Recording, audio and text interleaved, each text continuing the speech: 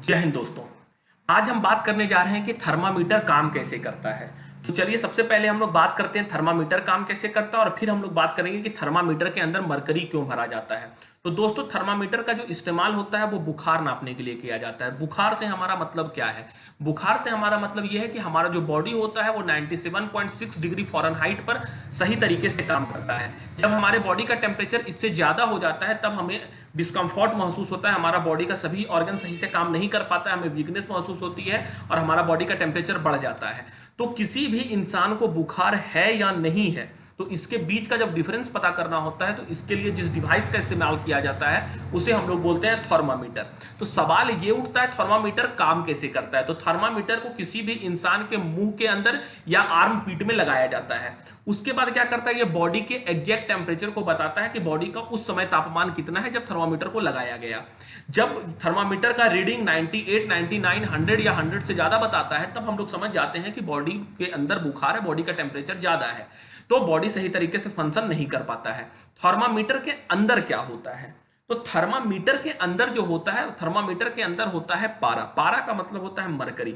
तो मरकरी का इस्तेमाल ही थर्मामीटर के अंदर क्यों होता है, ये सवाल है। तो चलिए इसका जवाब जानते हैं।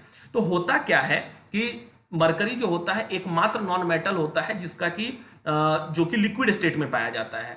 तो पहला कारण तो यह है कि जो भी मेटल होता है वो एक्सपेंड करता है। तो जैसे मरकरी को हीट मिलता है ये एक्सपेंड करके बढ़ता है और बढ़ने के कारण, फैलने के कारण ये हमको एग्जैक्ट आइडिया देता है कि बॉडी का टेम्परेचर कितना है। पहला कारण तो इस्तेमाल करने का ये है। दूसरा कारण थर्मामीटर के इस्तेमाल करने के, थर्मामीटर में मरकरी के इस्तेमाल करने के पीछे का दूसरा कारण यह है कि मरकरी चमकता है, शाइनी होता है। इसके कारण जब हम मरकरी को ऊपर करके देखते हैं तो उसमें जो लाइनिंग होता है वो चमकता हुआ दिखता है और हम समझ जाते हैं कि बॉडी का टेम्परेचर इतना होगा।